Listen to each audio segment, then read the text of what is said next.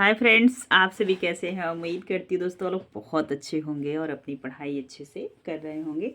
आप सभी का स्वागत है, वंदन है, अभिनंदन है रिद्धिका हिंदी एकेडमी पे। दोस्तों आप सभी को बताना चाहूँगी कि इस चैनल पे तैयारी करते हैं हिंदी विषय के उच्च स्तरीय प्रतियोगी परीक्षाओं की, जिसके अंतर्गत दोस्तों आज हम पढ़ेंगे यूजीसी नेट के पाठ्यक्रम में लगा हुआ निबंध शिव शंभू के चिट्ठे।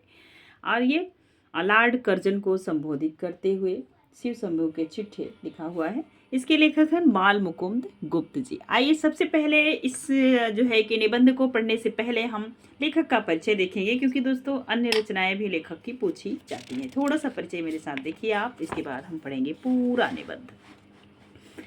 ये हैं बाल मुकुंद गुप्त। गुप्त जी का जन्म 1865 ईस्वी के रोहताक जिले के गुरयानी नामक गांव में हुआ था। मुकुंद जी का जन्म कहाँ हुआ था? तो रोहतक जिले के जो है कि गुरयानी गांव में हुआ था। इनकी प्रारंभिक शिक्षा उर्दू फारसी में हुई। कुछ बड़े होने पर इनके हृदय में हिंदी के प्रति प्रेम जागृत हुआ। देख रहे हैं, उर्दू फारसी शुरू में पढ़ने वाला बालक भी हिंदी के प्रति कितना जागृत हुआ। और कुछ बड़े होने पर इनके हृदय में हिंदी के प्रति प्रेम जागृत हुआ और अपने अध्यवसाय से इन्होंने उसमें दक्षता प्राप्त की। इनकी विशेष रुचि पत्रकारिता की ओर थी, याद रखिएगा। उर्दू में इनके लेख मुरादाबाद से गहवाद, लखनऊ के अवध, पंच में प्रायः निकला करते थे। अपने जीवन में इन्होंने उर्दू हिंदी के कई पत्रों का संपादन किया। गुप्त जी ने बहुत कम ग्रंथों की रचना की। अनुवाद के रूप में इन्होंने लिखा रत्नावली नाटिका। ये बार बार पूछी जाती है क्योंकि ऐसे ही कुछ रचना एक भारतेंदु की है, आप अभी पीछे वीडियो में पढ़े थे। मंडल भगिनी का ही नाम लिया जाता है। इनकी सबसे प्रसिद्ध कृति है शिव शंभू के चिट्ठे। इस छोटी सी पुस्तक में 8 पत्र हैं, जिसमें तत्कालिक वायसराय लॉर्ड कर्जन को संबोधित करके 11 अप्रैल 1903 से लेकर 21 अक्टूबर 1905 के बीच लिखे गए और पुस्तकाकार छपने से पूर्व भारत मित्र में प्रकाशित हुआ। सबसे पहले ये आपसे पूछा जाएगा किसमें प्रकाशित हुआ, तो भारत मित्र में। श्री बाल मुकुंद गुप्त की गणना अपने समय के यशस्वी पत्रकारों में होती थी। वे हिंदी के सच्चे हितैषी थे। 1907 में इनकी मृत्यु हो गई। देख रहे हैं, बाल मुकुंद गुप्त जी द्वारा रचित शिव शंभू के चिट्ठे ऐतिहासिक महत्व के राजनीतिक पत्र हैं। इसमें गुप्त जी की निर्भीकता और पत्रकारिता कला को देखा जा सकता है। इसमें व्यंग्य शैली है। कैसी शैली है? व्यंग्य शैली, जो हम आगे पढ़ेंगे। और लेखक ने लॉर्ड कर्जन को प्रजा का शासक तथा अपने आप को प्रजा का प्रतिनिधि हितैषी बनाकर प्रस्तुत किया है। गुप्त जी के निबंधों में इनकी अभिव्यक्ति क्षमता चरम कलात्मक उत्कर्ष पर पहुंची दिखाई देती है। इसमें व्यंग्योक्ति, कटुक्ति के विदग्ध प्रयोग मिलते हैं। भाषा पर गुप्त जी का साधारण अधिकार है। इनकी भाषा बहुचलती, सजीव और विनोदपूर्ण होती है। किसी प्रकार का विषय हो, गुप्त जी की लेखनी उस पर विनोद का रंग चढ़ा देती। आचार्य शुक्ल कल्पना का सुंदर प्रयोग वे करते हैं, इनके लिए कहे हैं। उनकी गंभीर शैली में एक प्रकार की कविता है, जिसमें गद्य भी कविता की भांति सरल हो उठा। देशभक्ति, निर्भीकता, कर्तव्यनिष्ठा, लोक हितैषी भावों से वे सदा प्रचलित थे। लोक हितैषी का मतलब है जिसमें आप उस चीजों के बारे में कार्य कीजिए जिसमें दुनिया का हित हो, आपके अपनों का हित हो, सिर्फ आपका हित न हो। बनाम लॉर्ड कर्जन। निबंध में गुप्त जी ने लॉर्ड कर्जन को हृदयहीनता को स्पष्ट किया। अंग्रेज शोषक थे। उन्होंने इस देश की जनता को कभी आत्मीयता से नहीं देखा। इतनी वायसराय और इसमें सबसे क्रूर लॉर्ड कर्जन। कौन थे सबसे क्रूर? Lord Curzon. इस देश में वायसराय के रूप में आने के बाद लॉर्ड कर्जन ने यहाँ की जनता के प्रति अपना कर्तव्य नहीं निभाया। सारी सुविधा, साधन, संपत्ति, विकास के सारे स्रोत उनके पास होने पर भी वे इस देश के प्रति, यहीं की जनता के प्रति उन्होंने अपना कर्तव्य पूरा नहीं किया। भारत की धरती पर पहला कदम रखने के बाद लॉर्ड कर्जन ने कहा था कि मैं इस देश में इतना परिवर्तन लाऊंगा, इस देश का इतना विकास होगा कि मेरे बाद आने वाले व्यक्ति को कोई काम करने की आवश्यकता नहीं होगी। किंतु बाल मुकुंद गुप्त जी लिखते हैं, लॉर्ड कर्जन ने इस देश का समाज के विकास के लिए कुछ नहीं किया, बल्कि जनता का अत्याचार ही किए। गुप्त जी निबंध में शिव शंभू की कथा के माध्यम से लॉर्ड कर्जन पर व्यंग करते हैं। केवल प्रदर्शन ही राजा का दायित्व नहीं, यदि जनता के प्रति अपना दायित्व निभाए तो राजा की मूर्ति को जनता अपने हृदय में अधिष्ठित करती है।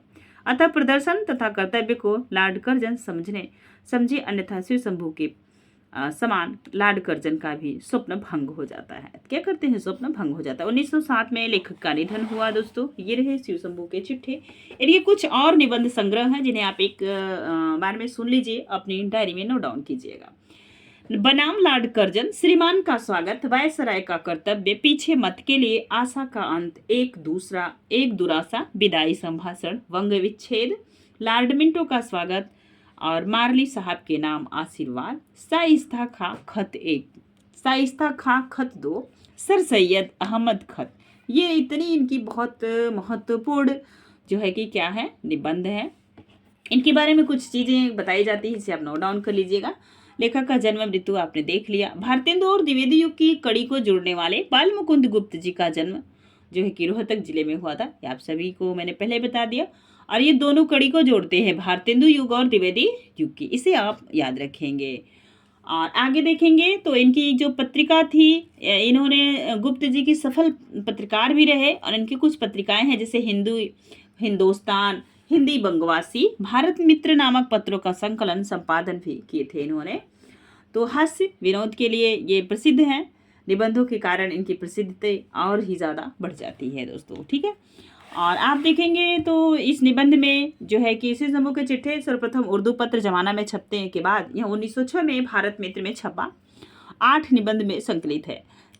चिट्ठे और खत निबंध संग्रह में 11 निबंध संकलित है। भारत मित्र में इनके 8 निबंध संकलित है और चिट्ठे और खत निबंध में इनके टोटल 11 निबंध संकलित है दोस्तों, जिसका नाम मैंने ऊपर आपको बता दिया।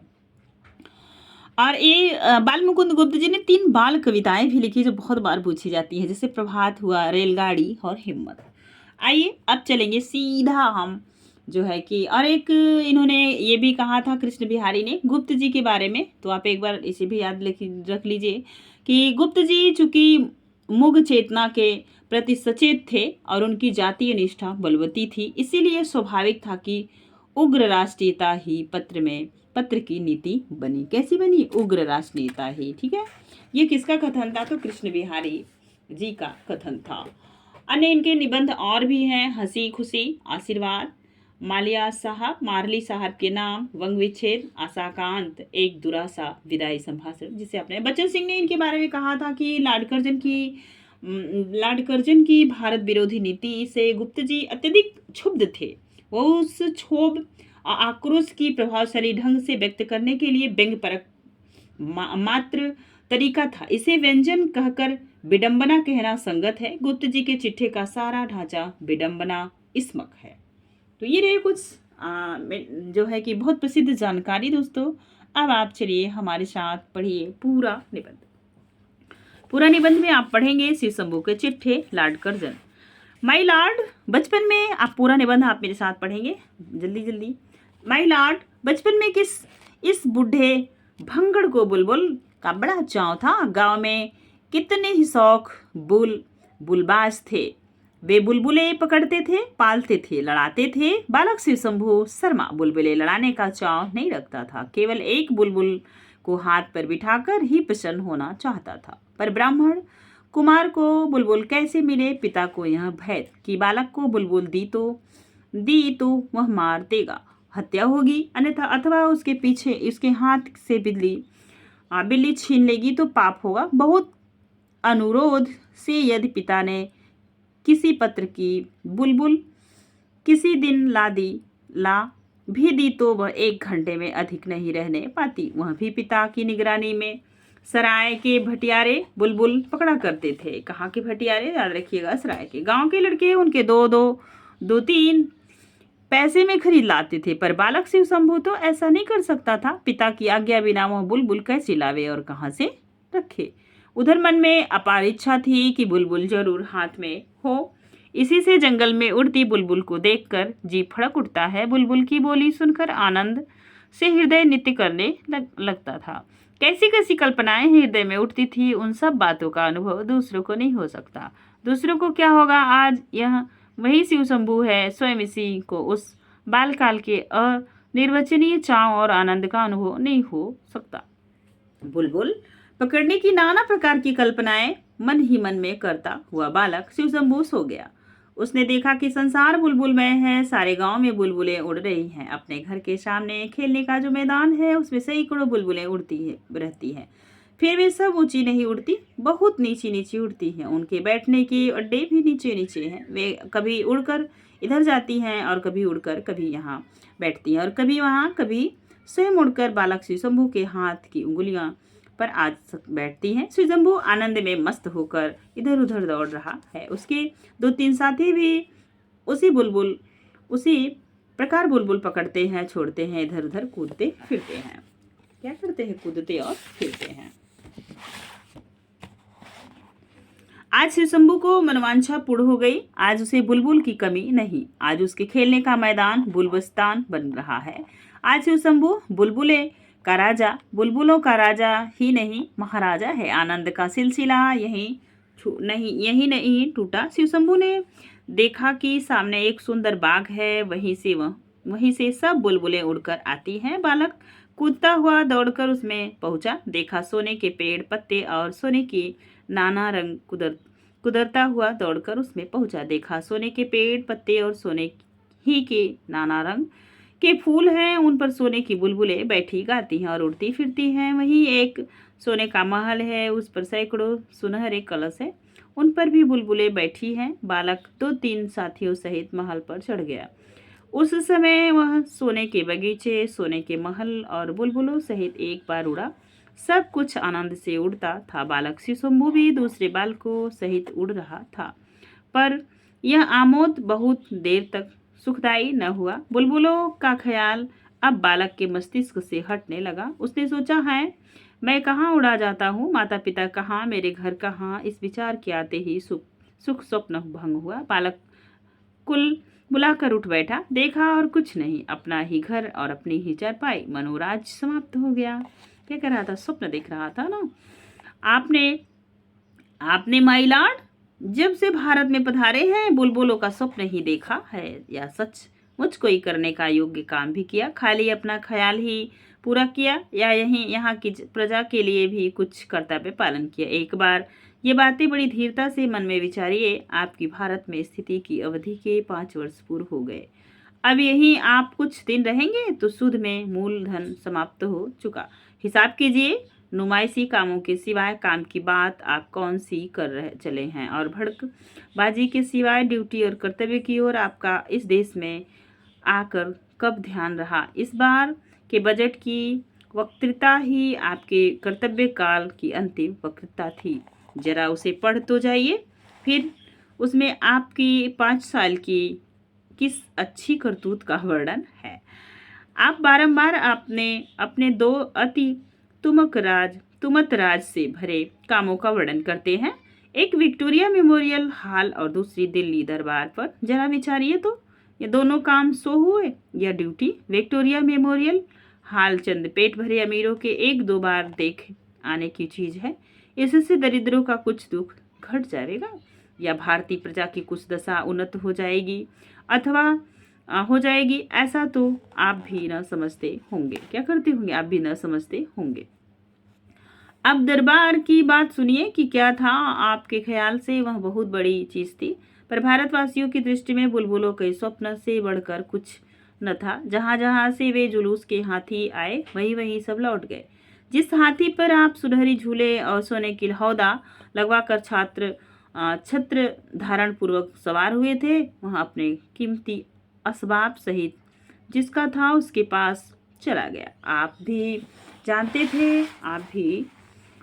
थे कि वह आपका नहीं है, और दर्शक भी जानते थे कि आपका नहीं। दरबार में जिस सुनहरे सिंहासन पर विराजमान होकर आपने भारत के सब राजा महाराजाओं की सलामी ली थी, वह भी वहीं तक था, और आप स्वयं भली भांत जानते हैं कि वह आपका न था। वह भी जहाँ से आया था वहीं चला गया। ये सब चीज़ें खाली नुमाइशी थी। भारतवर्ष में वे पहले ही से मौजूद थी। क्या थी? पहले से ही मौजूद थी। क्या इन सब से आपका कुछ गुण प्रकट हुआ? लोग विक्रम को याद करते हैं, या उसके सिंहासन को, अकबर को याद करते हैं, या उसके तख्त को। शाहजहां की इज्जत उसके गुणों से भी थी या तख्त ताउस से। आप जैसे बुद्धिमान पुरुष के लिए यह सब बातें विचारने की है। तो क्या कर रहे हैं यहाँ पे बाल मुकुंद गुप्त जी शिव शंभू के चिट्ठी के माध्यम से और एक बुलबुले के माध्यम से कैसे व्यंग की रचना कर रहे हैं, आप समझ पा रहे होंगे। देखिए आगे चलते हैं। बुद्धिमान पुरुष के लिए यह सब बातें विचारने योग्य हैं। चीज वह बननी चाहिए जिसका कुछ देर काम हो। माता पिता की याद आते ही बालक शिव शंभू सुख स्वप्न भंग हो गया। दरबार समाप्त होते ही वह दरबार भवन वह एम्फी थिएटर तोड़कर रख देने की वस्तु को हो गया। उधर बनाना उधर उखाड़ना बड़ा नुमाइशी। जैसे कि आप देखते हो कोई नेता आता है तो क्या करते हैं, हम उसके लिए बहुत सारा अच्छी अच्छी चीज़ बनाते हैं। जैसे ही वो फिर चला जाता है फिर हम उसको क्या करते हैं, उखाड़ कर रख देते हैं। वही चीज़ कुछ बताई जा रही है। नुमाइशी चीज़ों का यही परिणाम है, उनका तितलियों का सा जीवन होता है। माई लॉर्ड, आपने कछाड़ के चाय वाले साहबों की दावत खाकर कहा था कि ये लोग यहाँ नित्य हैं और हम लोग कुछ दिन के लिए। आपके वे कुछ दिन बीत गए, अवधि पूरी हो गई। मतलब जितने दिन के लिए आप आए थे, आपकी सरकार थी, उतने दिन में आपने तो कुछ किया नहीं, अब वो समाप्त हो रही है। अब आप बताइए आगे क्या करेंगे। अब यदि कुछ दिन और मिले तो वह किसी पुराने पुण्य के बल से, समझिए मतलब कि यदि आपने सरकार बना ली, आपके 5 साल बीतने वाले हैं, आपने काम नहीं किए गलती से, अब आप सोच रहे होंगे कि मेरी दोबारा सरकार बन जाती तो शायद मैं इस काम को कर पाता। ठीक है, आइए देखिए। अवधि पूरी हो गई, अब यदि कुछ दिन और मिले तो वह किसी पुराने पुण्य के बल से, समझिएगा मतलब दोबारा सरकार कैसे बनेगी जब आपने काम नहीं किया है। उन्हीं की आशा व शिव शंभू शर्मा ये चिट्ठा आपके नाम भेज रहा है, जिससे इन मांगे दिनों में तो एक बार आपको अपने कर्तव्य का ख्याल हो। जिस पद पर आप आरूढ़ हुए वह आपको मौरूसी नहीं, नदी नाव संयोग की भांति है। आगे भी कुछ आशा नहीं कि सब इस बार छोड़ने के बाद आपका इससे कुछ संबंध रहे, किंतु जितने दिन आपके हाथ में शक्ति है उतने दिन कुछ करने की शक्ति भी है। जो कुछ आपने दिल्ली आदि में कर दिखाया उसमें आपका कुछ भी न था, पर वह सब कर दिखाने की शक्ति आप में थी। उसी प्रकार जाने से पहले इस देश के लिए कोई असली काम कर जाने की शक्ति आप में है। इस देश की प्रजा के हृदय में कोई स्मृति मंदिर बना जाने की शक्ति आप में है। पर यह सब तब हो सकता है कि जैसे वैसी स्मृति की कुछ कदर आपके हृदय में भी हो। स्मरण रहे, धातु की मूर्तियां के स्मृति चिन्ह से एक दिन किले का मैदान भर जाएगा। महारानी की स्मृति मंदिर मैदान की हवा रोकता था या न रोकता था, पर दूसरों की मूर्तियां इतनी हो जाएगी कि 50-50 हाथ पर हवा को टकरा कर चलना पड़ेगा। जिस देश में लॉर्ड लैंसडाउन की मूर्ति बन सकती है उसमें और किस किस की मूर्ति नहीं बन सकती। माय लॉर्ड, क्या आप भी चाहते हैं कि उसके आसपास आपकी एक वैसी ही मूर्ति खड़ी हो? ये मूर्ति किस प्रकार की स्मृति चिन्ह है? इस दरिद्र देश के बहुत से धन की एक ढेरी है जो किसी काम नहीं आ सकती। एक बार जाकर देखने से ही विदित होगा। क्या होगा? एक बार देखने से ही विदित होगा। होता है कि वह कुछ विशेष पक्षियों के कुछ देर विश्राम लेने के अड्डे से बढ़कर कुछ दिख नहीं है। माय लॉर्ड, आपकी मूर्ति की वह कुछ क्या शोभा होगी? आइए मूर्तियां दिखावें। वह देखिए, एक मूर्ति है जो किले के मैदान में नहीं पर भारतवासियों के हृदय में बनी हुई है। पहचानिए। इस वीर पुरुष ने मैदान की मूर्ति से इस देश के करोड़ों गरीबों के हृदय में मूर्ति बनवाना अच्छा समझा। यह लॉर्ड रिपन की मूर्ति है और देखिए एक स्मृति मंदिर। यह आपके 50 साल के संगमरमर वाले से अधिक मजबूत और सैकड़ों गुना कीमती है। यह स्वर्गीय विक्टोरिया महारानी का 1858 के घोषणा पत्र। आपकी याद भी यहाँ बन सकती है यदि इन 2 यादगारों की आपके जी में कुछ इज्जत हो। मतलब समाप्त हो गया, जो लिखना था वह लिखा गया। अब खुलासा बात यह है कि एक बार 100 और ड्यूटी की मुकाबले कीजिए। 100 को 100 ही समझिए, 100 ड्यूटी नहीं। माय लॉर्ड, आपके दिल्ली दरबार की याद कुछ दिन बाद उतनी ही रह जाएगी जितनी शिव शंभू शर्मा के सिर में बालकपन से उस सुख स्वप्न की। तो 11 अप्रैल 1903 में भारत मित्र में प्रकाशित। अब देखेंगे आगे क्या कह रहे हैं, आप वही देखिए। ठीक है, देखने का कार्य हम लोग। श्रीमान, स्वागत है। क्या है? स्वागत है। बहुत बड़ा निबंध है और हम लोग अच्छे से पढ़ने का कार्य करेंगे, जिसको आपने देखा था ऊपर। श्रीमान स्वागत है। जो अटल है वह टल नहीं सकता, जो होनहार है वह होकर रहती है। इसी से फिर 2 वर्ष के लिए भारत के वायसराय और गवर्नर जनरल होकर लॉर्ड कर्जन आते हैं। बहुत से विघ्नों को हटाते और बाधाओं को भगाते फिर एक बार भारत भूमि में आपका पदार्पण होता है। इस शुभ यात्रा के लिए वह गत नवंबर को सम्राट एडवर्ड से भी विदा ले चुके हैं। दर्शन में अब अधिक विलंब नहीं है। क्या है? दर्शन में अब अधिक विलंब नहीं है। इस समय भारतवासी यह सोच रहे हैं कि आप क्यों आते हैं, और क्या आप यह जानते भी हैं कि आप क्यों आते हैं। यदि भारतवासियों का बस चलता तो आपको न आने देते, और आपका बस चलता तो और भी कई सप्ताह पहले आ विराजते।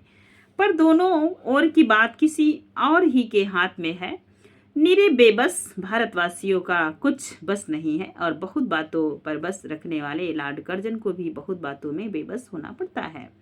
इसी से भारतवासियों को लॉर्ड कर्जन का आना देखना पड़ता है, और उक्त श्रीमान को अपने चलने में विलंब देखना पड़ता है। कभी कहता है जो खुदा दिखावे सो लाचार देखना। अब भारतवासियों को बहुत कुछ देखना है, और लॉर्ड कर्जन को भी बहुत कुछ। श्रीमान को न शासन काल के ये 2 वर्ष निसंदेह देखने की वस्तु होगी। क्या होगी? निसंदेह देखने की वस्तु होगी। अभी से भारतवासियों की दृष्टि सिमट कर उस ओर जा पड़ी है। यह जबरदस्त दृष्टा लोग अब बहुत काल से केवल निर्लिप्त निराकार तटस्थ दृष्टा अथवा में अतृप्त लोचन से देख रहे हैं, और न जाने कब तक देखे जाएंगे। अथक ऐसे हैं कि कितने ही तमाशे देख गए पर दृष्टि नहीं हटाते। उन्होंने पृथ्वीराज जयचंद की तबाही देखी, मुसलमानों की बादशाही देखी, अकबर बीरबल खानखाना और तानसेन देखे, शाहजहानी तख्ते ताउस और शाही जुलूस देखे, फिर वही तख्त नादिर को उठा ले जाते देखा, शिवाजी और अंग्रेजेब देखे, क्लाइव हेस्टिंग्स से वीर अंग्रेज देखे। देखते देखते बड़े शौक से लॉर्ड कर्जन का हाथियों का जुलूस और दिल्ली दरबार देखा। अब गोरे पहलवान मिस्टर सैंडो का छाती पर कितने ही मन बोझ उठाना देखने को टूट पड़ते हैं। कोई दिखाने वाला चाहिए। भारतवासी देखने को सदा प्रस्तुत हैं। इस गुणों में वे मोड़ कर यह कह सकते हैं कि संसार में कोई उनका सानी नहीं। लॉर्ड कर्जन भी अपनी शासित प्रजा का यह गुण जान गए थे। इसी से श्रीमान ने लीलामय रूप धारण करके कितनी ही कलाएं दिखाई। इसी से लोग बहुत कुछ सोच विचार कर रहे हैं कि इन 2 वर्षों में भारत प्रभु लॉर्ड कर्जन और क्या करेंगे। पिछले 5 साल से अधिक समय में श्रीमान ने जो कुछ किया उसमें भारतवासी इतना समझने लगे कि श्रीमान की रुचि कैसी है और कितनी बातों को पसंद करते हैं। यदि वह चाहे तो फिर हाथियों का ऐसा बड़ा भारी जुलूस निकलवा सकते हैं, पर उसकी वैसी कुछ जरूरत नहीं जान पड़ती, क्योंकि जो जुलूस वह दिल्ली में निकलवा चुके हैं उनमें सबसे ऊंचे हाथी पर बैठ चुके हैं। उससे ऊंचा हाथी यदि सारी पृथ्वी में नहीं तो भारतवर्ष में तो और नहीं। इसी से फिर किसी हाथों पर बैठने का श्रीमान को और क्या चाव हो सकता है। उससे ऊंचा हाथी और नहीं, एरावत का केवल नाम है, देखा किसी ने नहीं।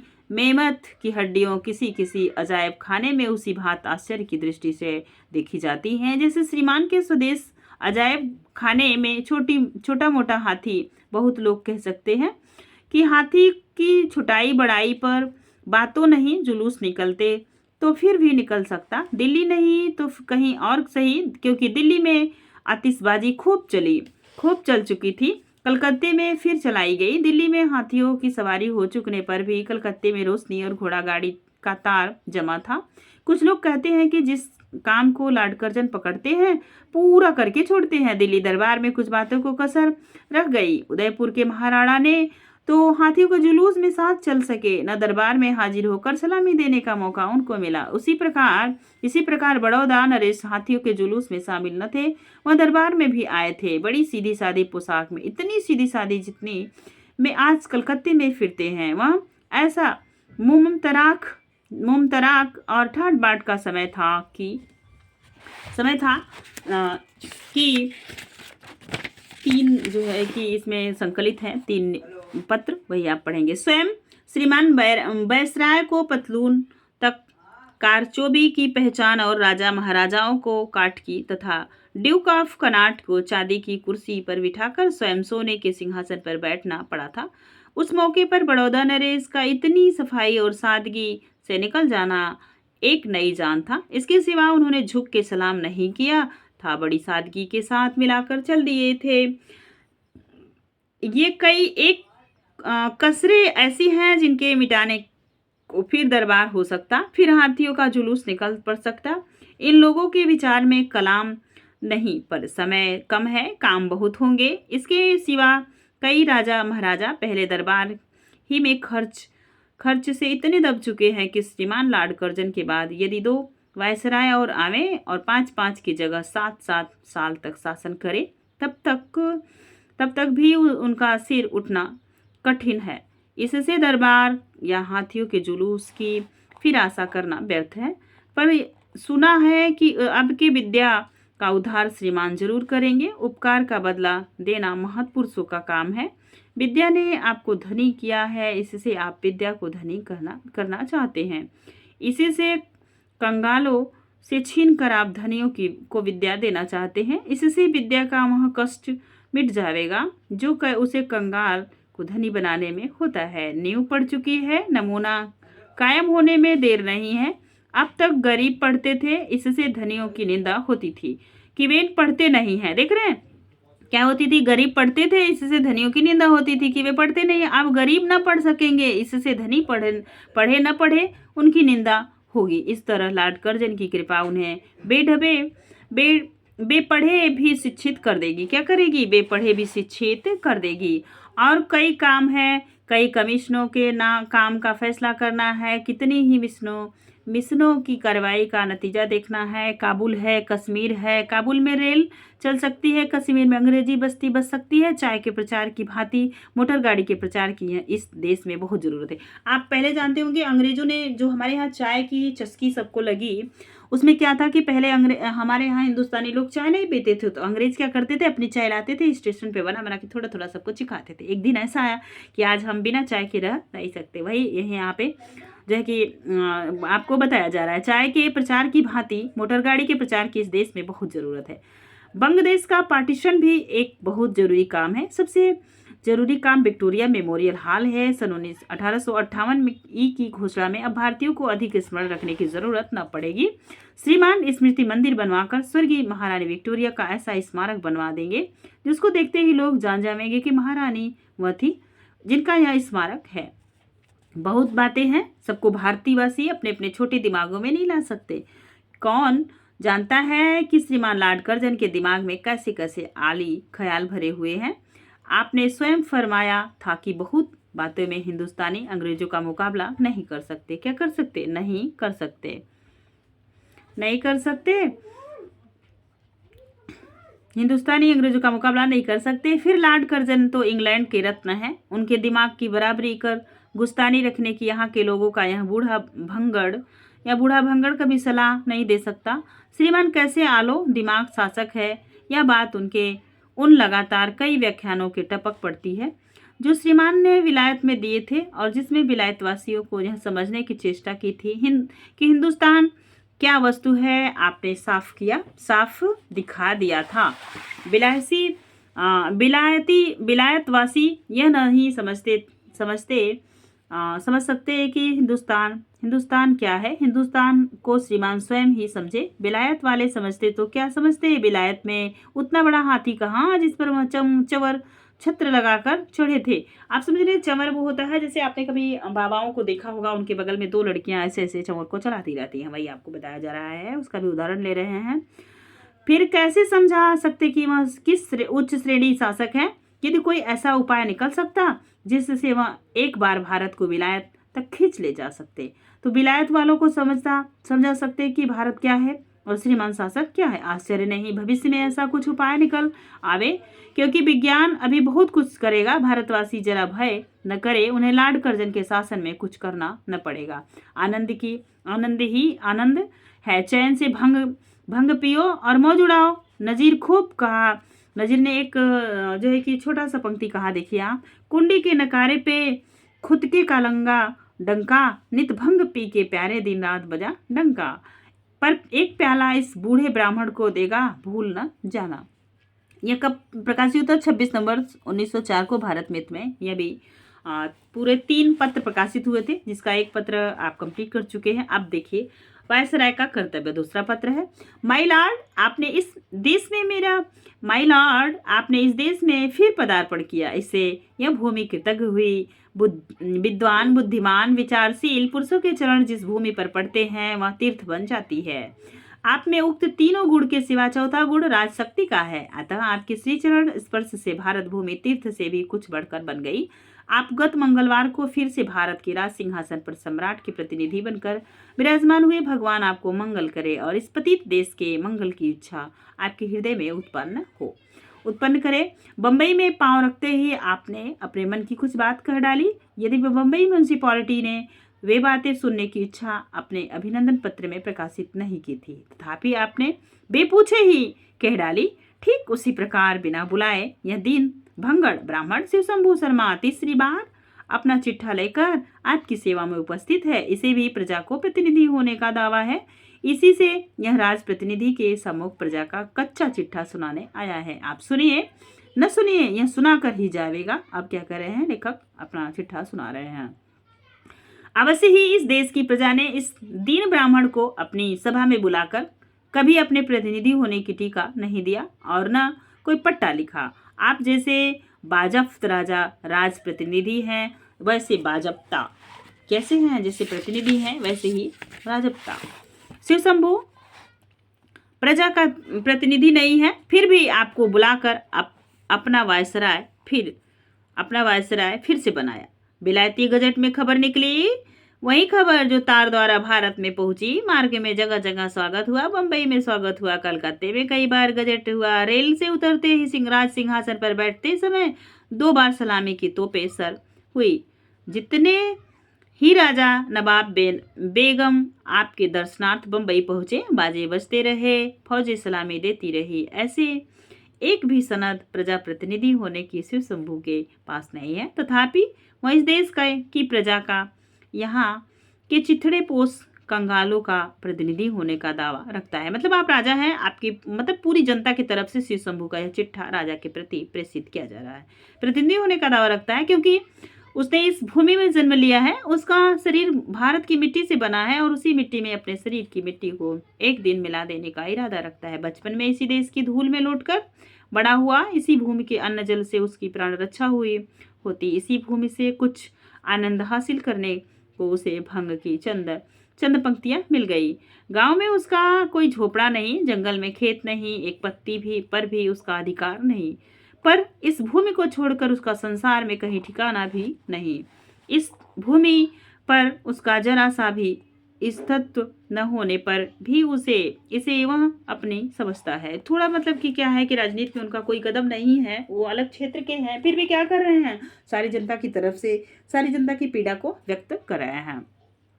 शिव शंभू को कोई नहीं जानता, जो जानते हैं वे संसार में एकदम अनजान हैं। उन्हें कोई जानकर भी जानना नहीं चाहता। जानने की चीज शिव शंभू के पास कुछ नहीं है। उसकी कोई उपाधि नहीं है, राज दरबार में उसकी पूछ नहीं है, हाकिमों से हाथ मिलाने की उसकी हैसियत नहीं है, उसकी हाँ में हाँ मिलाने की उसे ताब नहीं। मुँह पर कपर्दक शून्य घमंडी ब्राह्मण है। हे राज प्रतिनिधि, क्या उसकी 2-4 बातें सुनिएगा। आप क्या कर रहे हैं? सुना रहे हैं। आपने बंबई में कहा कि भारत भूमि को मैं किस्सा कहानी की भूमि नहीं, कर्तव्य भूमि समझता हूँ। उसी कर्तव्य के मैनिफेस्टो में आपने ये सारी चीजें व्यक्त की है, उसी को दोबारा रिकॉल करा रहे हैं। उसी कर्तव्य के पालन के लिए आपको ऐसे कठिन समय में भी दूसरी बार भारत में आना पड़ा। माय लॉर्ड, इस कर्तव्य भूमि को हम लोग कर्म भूमि कहते हैं। आप कर्तव्य पालन करने आए और हम कर्मों का भोग भोगने। आपके कर्तव्य पालन की अवधि है, हमारे कर्म भोग की अवधि नहीं। आप कर्तव्य पालन करके कुछ दिन पीछे चले जाएंगे, हमें कर्म के भोग भोगते भोगते यही समाप्त होगा और न जाने फिर भी कब तक वह भोग समाप्त होगा। जब थोड़े दिन के लिए आपका इस भूमि से स्नेह है तो हम लोगों का कितना भारी स्नेह होना चाहिए, यह अनुमान कीजिए। क्योंकि हमारा इस भूमि से जीने मरने का साथ है। क्योंकि आप तो राज करने आए हैं, राज करोगे फिर अपने देश वापस चले जाओगे। माय लॉर्ड, यदि आपको इस बात का बड़ा अभिमान है कि अंग्रेजों में आपकी भांति भारतवर्ष के विषय में शासन नीति समझने वाला और शासन करने वाला नहीं है, इस बात विलायत में भी आपने कई बार हेर फेर लगाकर कही और इस बार बंबई में उतरते ही फिर कही। आप इस देश में रहकर 72 महीने अब इस महीने को तो आप जरूर याद रखिएगा, 72 महीने तक जिन बातों का नींव डालते रहे, अब उन्हें 24 मास या उससे कम में पूरा कर जाना चाहते हैं। जो बस समय बचा है, बाकी समय तो गंवा डाले हैं, वही यहाँ पे लेखक कह रहे हैं। सरहदों पर फौलादी दीवार बना देना चाहते हैं, जिससे इस देश की भूमि को कोई बाहरी शत्रु उठाकर अपने घर में न ले जावे, अथवा जो शांति आपके कथानुसार धीरे धीरे यहाँ संचित हुई, उसे अब इतना पक्का कर देना चाहते हैं कि आपके बाद जो वायसराय आपके हाथ राज सिंहासन पर बैठे, उसे शौकीनी और खेल तमाशों से सिवा दिन में और नाच बाल निद्रा के सिवा रात को कुछ करना न पड़ेगा। पर सच जानिए कि आपने इस देश को कुछ नहीं समझा, खाली समझने की सेखों में रहे और आशा नहीं कि इन अगले कई महीनों में भी कुछ समझे। किंतु इस देश में आपको खूब समझना चाहिए, अधिक समझने की जरूरत नहीं रही। यद्यपि आप कहते हैं कि यह कहानी का देश नहीं कर्तव्य का देश है, तथापि यहाँ की प्रजा ने समझ लिया कि आपका कर्तव्य ही कहानी है। एक बड़ा सुंदर मेला हुआ था, अर्थात आप बड़े घमंडी शासक हैं और यहाँ की प्रजा के लोग भी बड़े भारी घमंडी। पर कठिनाई इसी बात की है कि दोनों का घमंड दो तरह का है। आपको जिन बातों का घमंड है उन पर यहाँ के लोग हंस पड़ते हैं, यहाँ के लोगों को जो घमंड है उसे आप समझते नहीं, शायद समझेंगे भी नहीं। जिन आडंबरों को करके आप अपने मन में बहुत प्रसन्न होते हैं या यह समझ बैठते हैं कि बड़ा कर्तव्य पालन किया, वह इस देश की प्रजा की दृष्टि में कुछ भी नहीं है। वह इतने आडंबर देख सुन चुकी और कल्पना कर चुकी कि और किसी आडंबर का असर उस पर नहीं हो सकता। आप सरहद को लोहे की दीवार से मजबूत करते हैं। यहाँ की प्रजा ने पढ़ा है कि एक राजा ने पृथ्वी को काबू में करके स्वर्ग में सीढ़ी लगानी चाहिए थी। आप और लॉर्ड किचनर मिलकर जो फौलादी दीवार बनाते हैं, उससे बहुत मजबूत एक दीवार लॉर्ड कैनिंग बना गए थे। कैनिंग का भी इतिहास में आप पढ़ेंगे नाम, जब शुरुआत में ये वायसराय और ये सारी चीज़ बन रही थी, बना गए थे। आपने भी मुंबई के स्पीच में कैनिंग का नाम लिया। 46 साल हो गए। कितने साल? 46 साल हो गए। वह दीवार अचल खड़ी है। वह स्वर्गीय महारानी की घोषणा पत्र है। 1 नवंबर 1958 को कैनिंग महोदय ने सुनाया था। वही भारतवर्ष के लिए फौलादी दीवार, वही दीवार भारत की रक्षा करती है। उसी दीवार को भारतवासी अपना रक्षक समझते हैं। उस दीवार के होते आपको या लॉर्ड कर्जन को कोई दीवार बनाने की जरूरत नहीं है। उसकी आड़ में आप जो चाहें, जितनी मजबूत चाहें, वैसी दीवारों की कल्पना कर सकते हैं। आडंबर से इस देश को शासन नहीं हो सकता। आडंबर का आदर इस देश की कंगाल प्रजा नहीं कर सकती। आपने अपनी समझ में बहुत कुछ किया, पर फल यह हुआ कि विलायत जाकर वह सब अपने ही मुंह से सुनना पड़ा। कारण यह है कि करने से अधिक कहीं अधिक कहने का आपका स्वभाव है। इससे आपको करना भी कहे बिना प्रकाशित नहीं, इससे आपका करना भी कहे कि बिना प्रकाशित नहीं होता। यहाँ की अधिक प्रजा ऐसी है जो अब तक भी नहीं जानती कि आप यहाँ पे किस लिए आए हैं, मतलब क्या करने आए हैं। वायसराय और राजप्रतिनिधि हैं, यहाँ के लोग भी आपको उतने तरीके से नहीं जानते। ये कहने का मतलब यही है। ये थोड़ा सा बड़ा निबंध है दोस्तों, क्योंकि ये इसमें 3 पत्र संकलित हैं। तो आइए हमारे साथ देखिए, लास्ट में आप देख पाएंगे। तो यहीं तक हम देखने का प्रयास करेंगे, फिर अगला जो है लेंगे नेक्स्ट वीडियो में। ठीक है, देखिए। वायसराय और राजप्रतिनिधि हैं और आप एक बार विलायत जाकर फिर से भारत में आए। अपने गरीब प्रजा की ओर न कभी दृष्टि खोलकर देखा, न गरीबों ने आपको जाना। अब भी आपकी बातों से आपकी वह चेष्टा नहीं पाई जाती। इससे स्मरण रहे कि जब अपने पद को त्याग करा फिर स्वदेश में जावेंगे, तो चाहे आपको अपने कितने ही गुण कीर्तन करने का अवसर मिले, यह तो कभी न कह सकेंगे कि कभी भारत की प्रजा का मन भी अपने हाथ में लिया था। मतलब आपने सब कुछ ले लिया, उसकी जमीन ली, सारी चीज़ें लिए, राजनीति लिए, लेकिन प्रजा का दिल आप जीत नहीं पाएंगे। कहने का मतलब कुछ ऐसा ही है। ये वह देश है जहाँ की प्रजा एक दिन पहले रामचंद्र के राज तिलक पाने के आनंद में मस्त थी। अगले दिन अचानक रामचंद्र बन चले तो रोती रोती उनके पीछे जाती थी। भारत को उस प्रजा का मन प्रसन्न करने के लिए कोई भारी दरबार नहीं करना पड़ता, हाथियों का जुलूस नहीं निकालना पड़ता, वरंच दौड़कर वन में जाना पड़ा। रामचंद्र को फिर अयोध्या में लाने का यत्न करना पड़ा। जब वह न आए तो उनकी खड़ाओं को सिर पर धरकर अयोध्या तक आए और खड़ाओं को राज सिंहासन पर रखकर स्वयं 14 साल तक वलकल धारण करके उनकी सेवा करते रहे। तब प्रजा ने समझा कि भारत अयोध्या का शासन करने के योग्य है। माई लॉर्ड, आप वक्तृता देने में बड़े तुच्छ हैं, पर यहाँ वक्तृता का कुछ और ही वजन है। सत्यवादी युधिष्ठिर के मुख से जो निकल जाता था वही होता था। आयु भर में उसने एक बार बहुत भारी पॉलिटिकल जरूरत पड़ने से कुछ सहज या झूठ बोलने की चेष्टा की। जब आप महाभारत देखे होंगे तो इस चीज़ को अनुभूत कर पाए होंगे। वही बात महाभारत में लिखी हुई है। जब तक महाभारत है वह बात भी रहेगी। एक बार अपनी वक्तृताओं से इस विषय को मिलाइए और फिर विचारिए कि इस देश की प्रजा के हाथ आप किस प्रकार अपना कर्तव्य पालन करेंगे। साथ ही इस समय इस अधेड़ भंगड़ ब्राह्मण को अपनी भांग बूटी की फिक्र करने के लिए आज्ञा दीजिए। यह जो है कि पत्र कब प्रकाशित हुआ? भारत मित्र में 1904 में 17 सितंबर को। तो जैसे जैसे इनका पत्र तैयार होता था ये क्या करते थे, लिखते जाते थे। अब नेक्स्ट पत्र हम पढ़ेंगे दोस्तों। ये कौन सा पत्र है? ये 17 दिसंबर 1904 को आप पीछे मत फेंकिए। ये पत्र नेक्स्ट पत्र है। आइए हमारे साथ पढ़िए। माई लॉर्ड, 100 साल पूरे होने पर अभी कई महीने की कसर है। उस समय ईस्ट इंडिया कंपनी ने लॉर्ड कॉर्नवालिस को दूसरी बार देश के गवर्नर जनरल बनाकर भेजा था। आप याद रखेंगे, ईस्ट इंडिया कंपनी और लॉर्ड कॉर्नवालिस दूसरी बार देश के गवर्नर जनरल बनाकर भेजा था। तब से आप ही को भारतवर्ष का फिर से शासन बनाकर आने का अवसर मिला। 100 वर्ष पहले से उस समय की और एक बार दृष्टि कीजिए। तब में और अब में कितना अंतर हो गया है, क्या से क्या हो गया है। जागता हुआ रंग अति चिंता का मारा सो जावे और स्वप्न में अपने को राजा देखे। द्वार पर हाथी झूमते देखे अपना अली फैला अबुल हसन की भांति कोई तरल युवक प्याले पर प्याला उड़ाता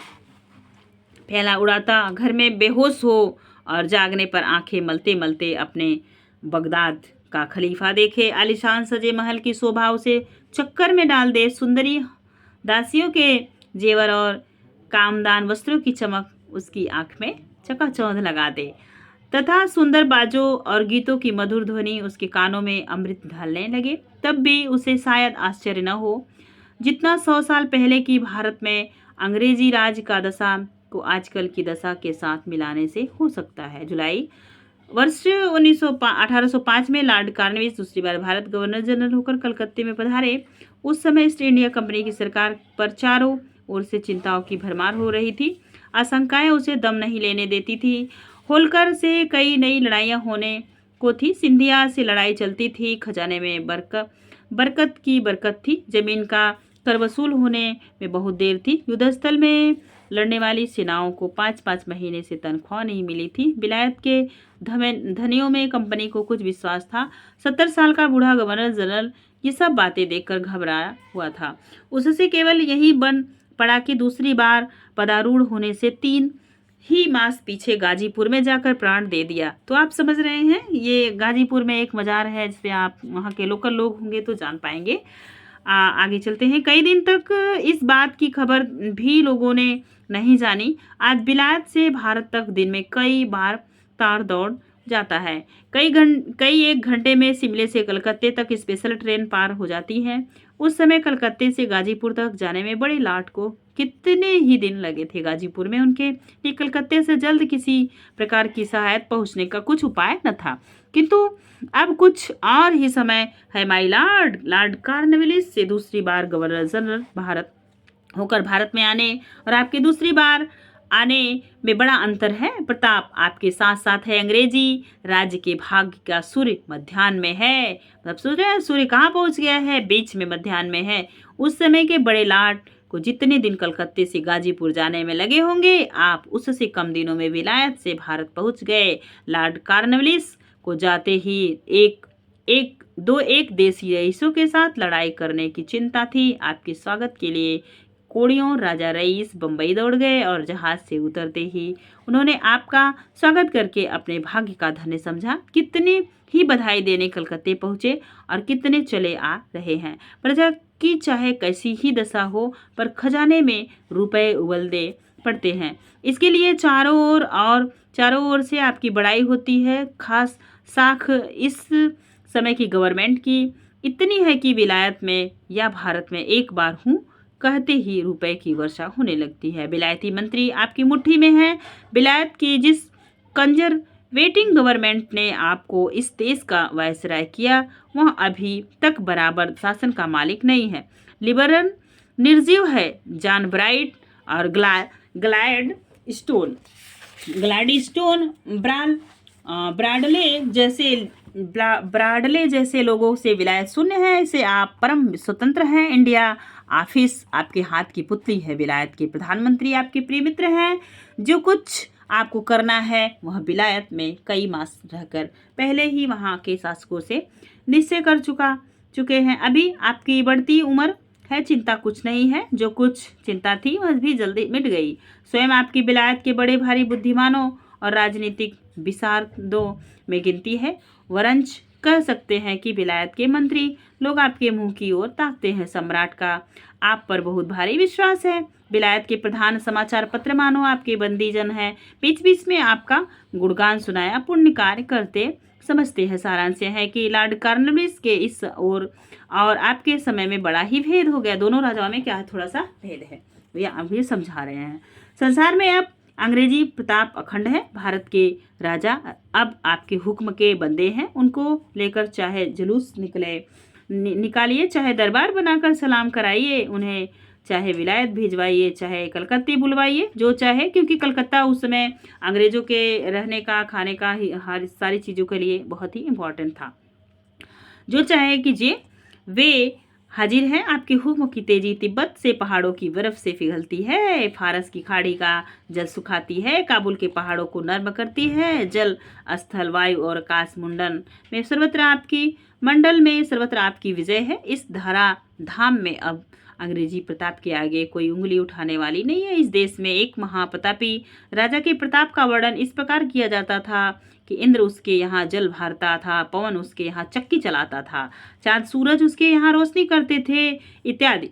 पर अंग्रेजी प्रताप उससे भी बढ़ गया है। समुद्र अंग्रेजी राज्य का मल्लाह है। मल्लाह मतलब जो उसको नाव में बढ़ाकर इस पार से उस पार ले जाता है।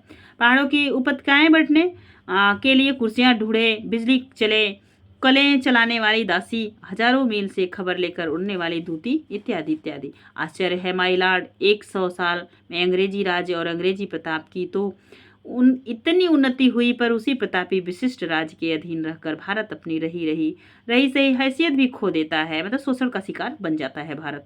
इस अपार उन्नति के समय आप जैसे शासक के जी में भारतवासियों को आगे बढ़ाने की जगह पीछे धकेलने की इच्छा उत्पन्न हो, उनका हौसला बढ़ाने की जगह उनकी हिम्मत तोड़ने में आप अपनी बुद्धि का अपव्यय करें। जिस जाति से पुरानी कोई जाति इस धराधर पर मौजूद नहीं, जो 1000 साल से अधिक की घोर पराधीनता सहकर भी लुप्त न हुई, जीती है, जितनी पुरानी सभ्यता और विद्या की आलोचना करके विद्वान और बुद्धिमान लोग आज भी मुग्ध होते हैं, जिसने सदियों इस पृथ्वी पर अखंड शासन करके सभ्यता और मनुष्यत्व का प्रचार किया, वह जाति क्या पीछे हटाने और धूल में मिला देने के योग्य है? आप जैसे उच्च श्रेणी के विद्वान के जी में यह बात कैसे समाई कि भारतवासी बहुत से काम करने के योग्य नहीं है, उनको आपके सजाती ही रह सकते हैं। आप परीक्षा करके देखिए कि भारतवासी सचमुच उन ऊंचे से ऊंचे कामों को कर सकते हैं या नहीं। उनको आपके सजाती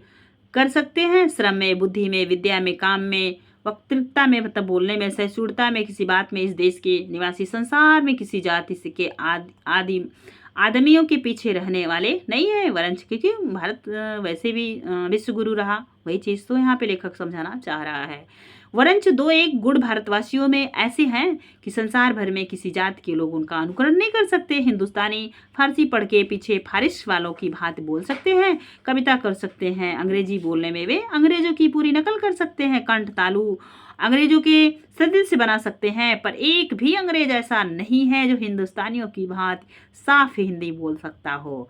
हमें गर्व होना चाहिए अपने हिंदी पे।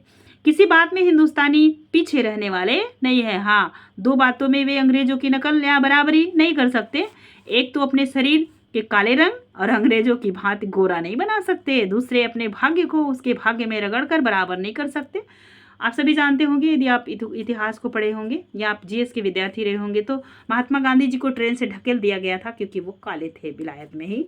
वही चीज़ यहाँ पे लेखक आपको समझाने का प्रयास कर रहा है। किंतु इस संसार के आरंभ में बड़ा भारी पार्थक्य होने पर भी अंत में बड़ी भारी एकता है। समय अंत में सबको अपने मार्ग पर ले आता है। देशपति, राजा और भिक्षा मांगकर पेट भरने वाले कंगाल का परिणाम एक ही होता है, क्योंकि सभी, चाहे राजा हो चाहे कोई भी हो, मरने के बाद सब एक ही मोक्ष की तरफ बढ़ते हैं। वही यहाँ पे है बता रहे हैं लेखक। मिट्टी में मिट्टी मिल जाती है और जब जीते जी लुभाने वाली दुनिया यहीं रह जाती है। कितने ही शासक और कितने ही नरेश इस पृथ्वी पर हो गए, आज उनका कहीं पता नहीं, निशान नहीं है। थोड़े थोड़े दिन अपनी अपनी नौबत बजा कर चले गए। बड़ी तलाश से इतिहास के पन्नों में अपना टूटे फूटे खंडहरों में उनके दो चार चिन्ह मिल जाते हैं। माय लॉर्ड, बीते हुए समय को फिर लौटा लेने की शक्ति किसी में नहीं, आप में भी नहीं। दूर की बात दूर से दूर रहे। इन पिछले 100 साल ही में कितने बड़े लॉर्ड आए और चले गए, क्या उनका समय फिर लौट सकता है? कदापि नहीं। बिचारिए तो मानो कल आप आए थे, किंतु 6 साल बीत गए। अब दूसरी बार आने के बाद भी कितने ही दिन बीत गए तथा बीत जाते हैं। इसी प्रकार उम्रें बीत जाएंगी, युग बीत जाएगा।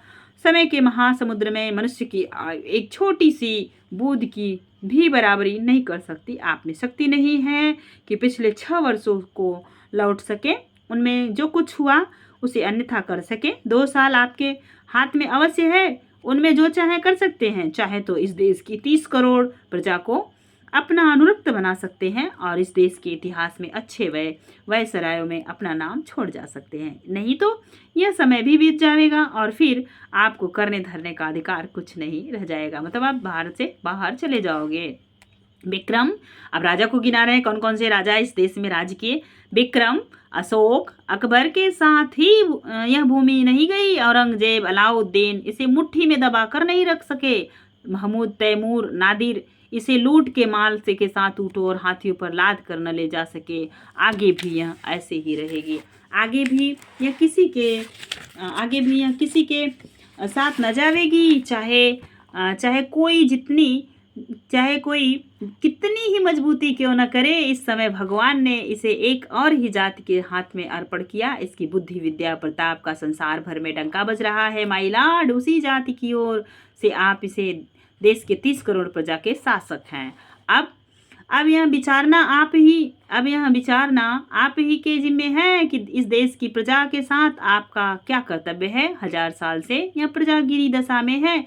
क्या आप चाहते हैं कि यह और भी 150 साल गिरती चली जावे? इसके गिराने में बड़े से बड़े इतना ही लाभ है कि कुछ संकीर्ण हृदय शासकों की यथेष्टाचारिता कुछ दिन और चल सकती, किंतु उसके उठाने और संभालने में जो लाभ है उसकी तुलना नहीं हो सकती। इतिहास में सदा नाम रहेगा कि अंग्रेजों ने एक गिरी जाति के 30 करोड़ आदमियों को उठाया था। माय लॉर्ड, दोनों में जो बात पसंद हो वह कर सकते हैं। कहिए क्या पसंद है, पीछे हटाना या आगे बढ़ाना। 17 दिसंबर 1904 को भारत मित्र में यह पत्र प्रकाशित हुआ था। नेक्स्ट दोस्तों, आज के लिए यहीं तक, क्योंकि 3 पत्र आपने पढ़ लिए जो है कि शिव शंभू के चिट्ठी के माध्यम से लेखक ने आपको बहुत सारी चीज़ों से आगाह किया। और असिस्टेंट प्रोफेसर में यह जो है कि लगा हुआ है, तो इसे हम पूरा जितने भी पत्र आपके सिलेबस में दिए हुए हैं सारे पत्र कवर करेंगे। बट आज के लिए बस इतना ही, फिर मिलेंगे नेक्स्ट वीडियो में। अगर वीडियो व्याख्यान पसंद आएगा तो प्लीज़ एक लाइक कीजिएगा, प्यारा सा कमेंट कीजिएगा और अपने मित्रों में साझा कीजिएगा। धन्यवाद।